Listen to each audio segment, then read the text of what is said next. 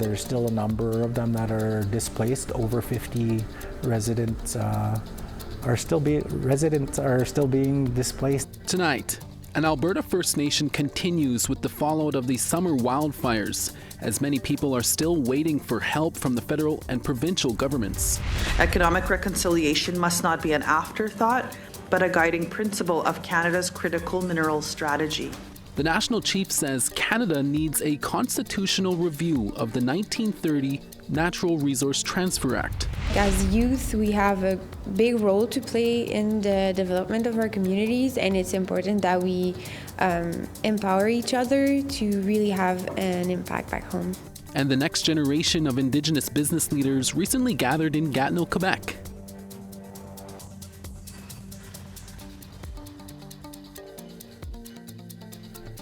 Tansei, good evening. I'm Cree. Welcome to APTN National News. Thank you for joining us. In late May, a wildfire burned through the evacuated community of Chipewyan Lake in Treaty 8 territory, a part of Bigstone Cree Nation in Alberta.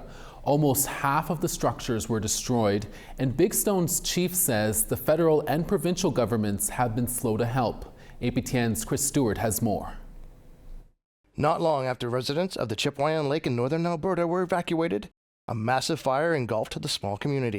And when the fires receded, the damage to the infrastructure was immense. Chief Andy Alec was happy residents escaped safely, but the damage will take years to fix. In the Chipewyan Lake community, we lost the outreach center, we lost the Bigstone Health Center, we lost the water treatment plant, we lost the church, and we lost 22 residents.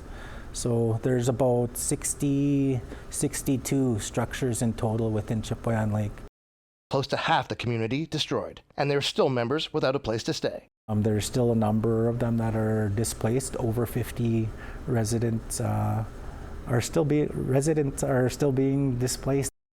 Chief Alec says both the federal and provincial governments have been slow to help.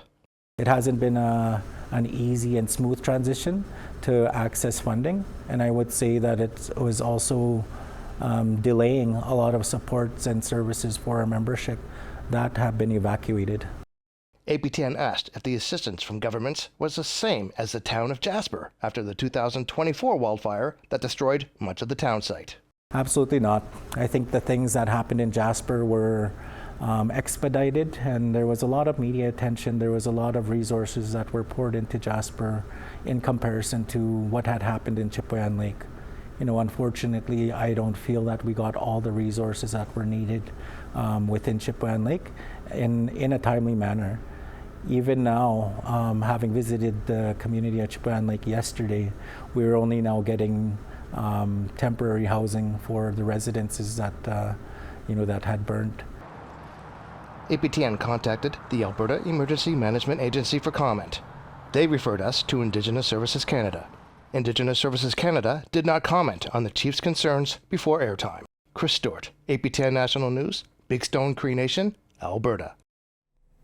Last Tuesday, the Treaty 8 First Nations of Alberta issued a statement warning the Crown and all levels of government that they oppose any dumping of treated tailing pond water into nearby rivers without their consent.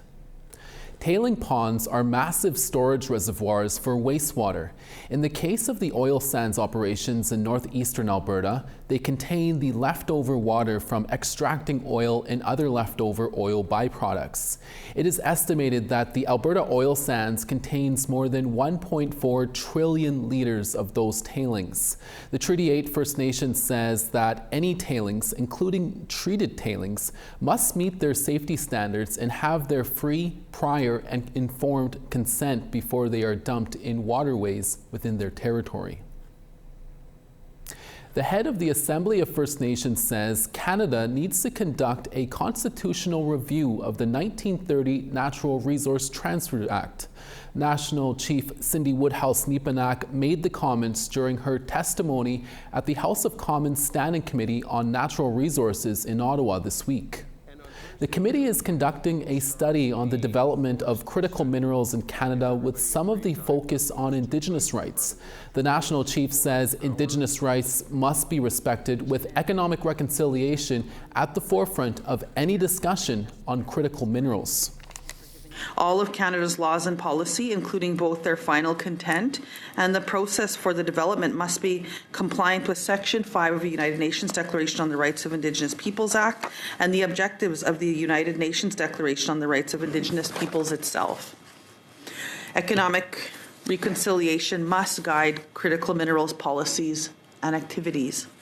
Economic reconciliation must not be an afterthought, but a guiding principle of Canada's critical minerals strategy. The National Chief adds that economic reconciliation must also include policies and programs that enable First Nations to participate as stakeholders, rights holders, and equity partners. It's almost time for the Nunavut to head to the polls, as Monday is election day for the 2025 Nunavut territorial election. Current Premier P.J. Akiaguk, along with 7 other sitting members of the Legislative Assembly, are not seeking re-election, leaving their ridings up for grabs. 4 candidates are looking to claim the Premier riding of Iqaluit Niakungu. David Akiaguk, the MLA for Katituk, is moving over. Titanik Lucy Jakapusi Peter and Walter Pico are all vying for seats. There are no political parties at the territorial level in Nunavut, and there are 22 members of the Nunavut legislature. They decide in a secret ballot who the next premier, cabinet, and House Speaker will be. If you have a story you want to see, here's how to reach us.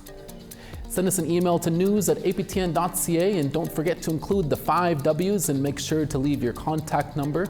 And to read and watch our stories you may have missed, go to aptnnews.ca. You can also follow along with us on social media on TikTok, YouTube, LinkedIn, and X. Follow APTN News to keep you up to date. Before we go to break, our reporter Savannah Craig was in the Mi'kmaq community of Listuguj in Quebec earlier this month. She was there to find out what some are calling a drug crisis impacting their community. Here's a preview of the 2-part series airing next week. Hi, I'm Savannah Craig. I'm in Listuguj Mi'kmaq First Nation, where many people are upset over drugs in the community. Right next to me is a sign commemorating the death of 18-year-old Savannah Metallic, who passed away due to a drug overdose earlier this year. It's hard because she didn't deserve what happened to her. The drugs are a serious issue. It's been forever. It's ongoing. Nothing is changing. Nothing is stopping. In our upcoming 2-part report, we'll be speaking with community members who have been personally affected by this issue. We have at least 1 death a month, sometimes 2. And those who are working within services to provide support to addiction. That's the hurt in our people. That's the trauma. And I don't even want to call it trauma because it's worse than that. That is what's handed down to us. That is where the alcohol and drugs to suppress it. Stay tuned to APTN News to watch this 2-part report.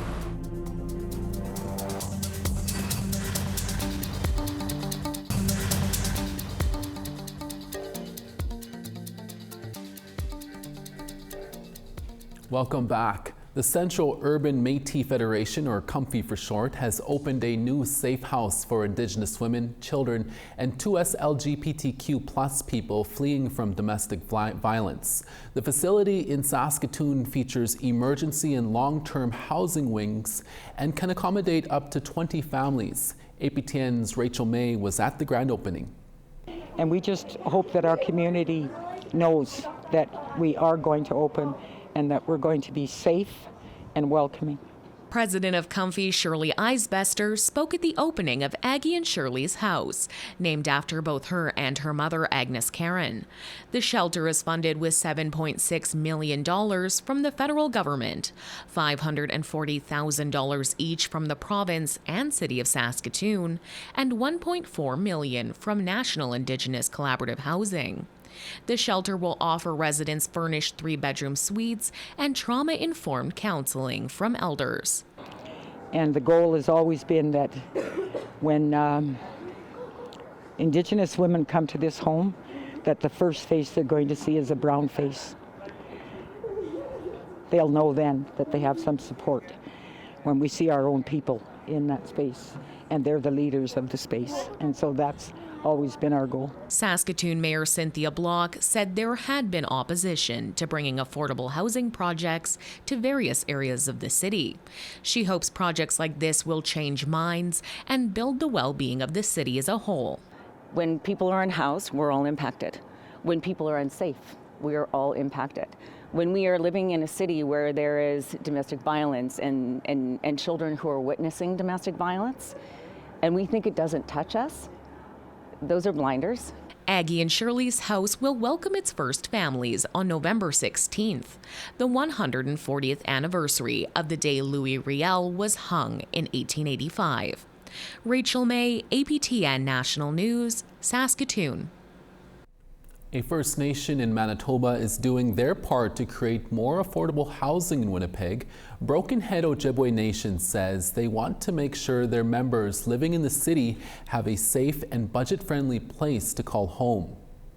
3, 2, 1. The yet-to-be-constructed apartment complex named the Elsewood will stand 7 stories and hold 147 rental units with amenities. It will sit along the Assiniboine River in Winnipeg's Osborne Village neighborhood and should be completed in the next 2 years. The project is wholly owned by Broken Head Ojibwe Nation. Their chief, Gordon Bluesky, says it's the First Nation's first groundbreaking for a project of this scale within their territory of Treaty 1. Roughly 40% of the units will be affordable housing geared towards students and those who need it most. Manitoba's Housing and Homelessness Minister Bernadette Smith says the project represents economic reconciliation in action. Access to safe and affordable housing remains a top priority for our government. We know that too many people, especially Indigenous people, face barriers to housing. Our relatives are overrepresented in our urban homelessness population and continue to experience housing shortages in home communities. So we have a responsibility to change that, and that's exactly what Broken Head is doing. The next generation of Indigenous leaders and entrepreneurs gathered this week in Gatineau, Quebec. They took part in a leadership building program brought to them by a Montreal-based First Nations business school.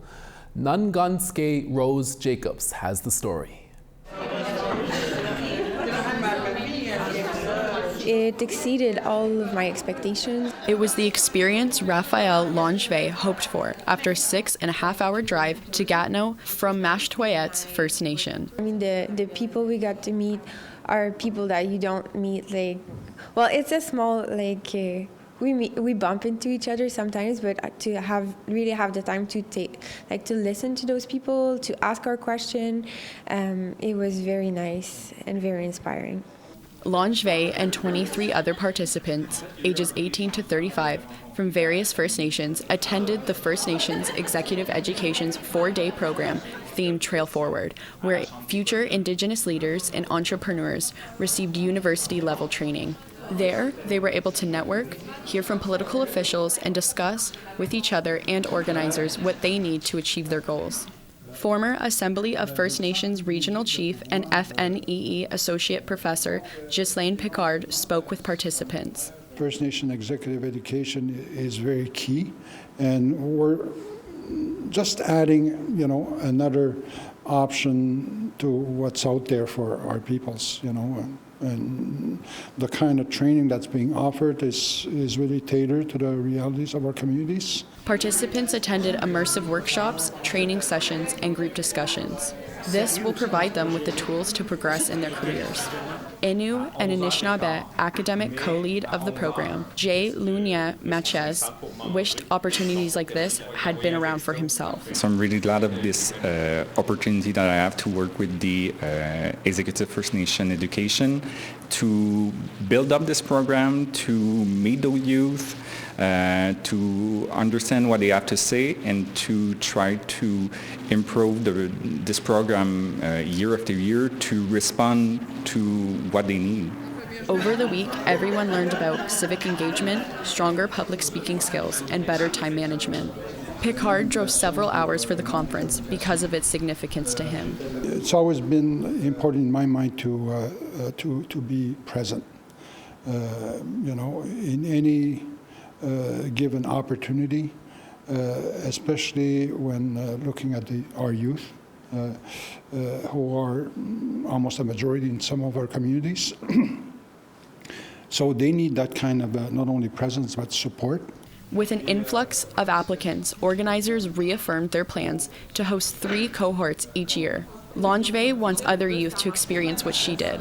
I feel like as youth, we have a big role to play in the development of our communities, and it's important that we empower each other to really have an impact back home. Nagonska Rose Jacobs, APTN National News, Gatineau, Quebec. We have all new episodes of APTN Investigates and Nouvelle Nationale will air just after this show. Those previews when we come back. Stay with us.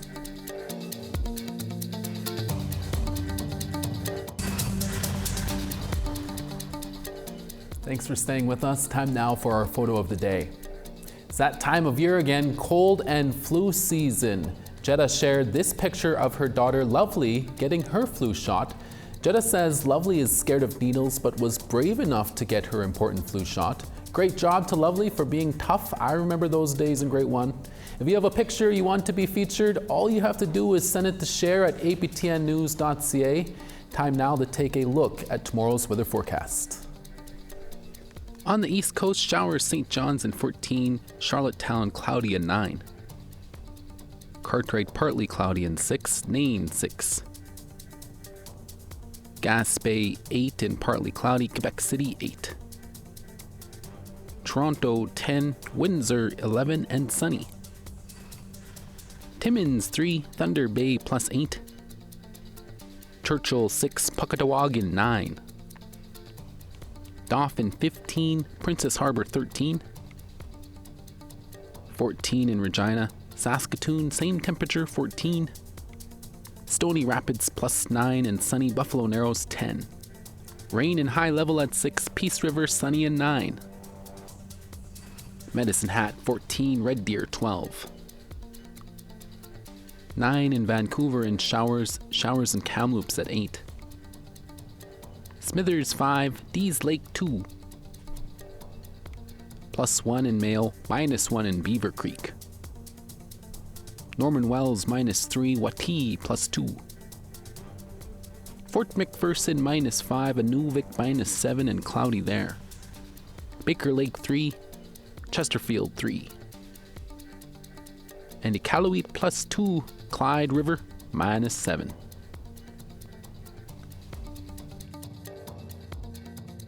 Prisoners across Canada are producing goods for Crown corporations and more recently for public consumption. Coming up this week on an all-new episode of APTN Investigates, Brittany Guillot takes an inside look behind the walls of Canada's prison farm program, where experts warn the true cost goes far beyond dollars and it's raising difficult questions about dignity, rehabilitation, and justice. With more on the story, Brittany joins us now in studio. Brittany Guillot, thanks so much for taking some time out of your busy schedule to chat with us about your latest work. To start us off, can you explain what CORCAN is? Thanks for having me on. So CORCAN is a special operating agency within the Correctional Service of Canada. So it manages prison industries that provides offenders with employment opportunities and job training while they serve their sentence. So the official line from the CSC is that these employment opportunities are designed to help prisoners reintegrate back into society so that they have the skills and training necessary to do that successfully. However, it's unclear just how effective that is, as CORCAN does not track post-release outcomes for prisoners. The goods and services produced are used by federal departments and in some cases enter the broader Canadian market through commercial distribution channels. And how can you tell us how common prison laborers are in Canada? So according to the Correctional Service of Canada, in the 2024 to 2025 fiscal year, more than 15,000 inmates held some form of work assignment in federal institutions in Canada. Payment levels range from $5.25 a day to a maximum of $6.90 per day. While the CSC describes the program as voluntary, participation in work is often included in an inmate's correctional plan. And if this plan is not adhered to, if the work is not done, it can affect their eligibility for parole and their early release. Work can range from cooking and maintenance to industrial production and farm operations. And as APTN Investigates learned, milk is being produced on the Joyceville farm and it's distributed for public consumption. And Brittany, inmates working in federal correctional facilities have not received a wage increase since 1981. How does Correctional Service Canada justify this? The CSC says inmate pay is based on several factors, including accountability, program participation, and progress toward the goals outlined in their correctional plans. Payment levels, when we asked about the payment levels, why they haven't increased since 1981, CSC did not provide a specific explanation. They just said that the proceeds from prison labor industries are reinvested into rehabilitation programming. Brittany Guillot is an investigative journalist with APTN Investigates. Brittany, thank you for your time. Thank you. And you can catch APTN Investigates Fields of Confinement airing tomorrow night on APTN. Every Friday, Kim Sullivan, host of Nouvelle Nationale, joins us to give us a preview of what's on tonight's French broadcast. Kim? Hey, Creason, results are in. The Quebec Abenaki Commission genealogy research on those chiefs claiming to be Abenaki in Vermont and New Hampshire. You'll get those results tonight. We also talk Quebec Constitution as the government here is trying to table the law of all laws. And of course, it's problematic for our First Nations.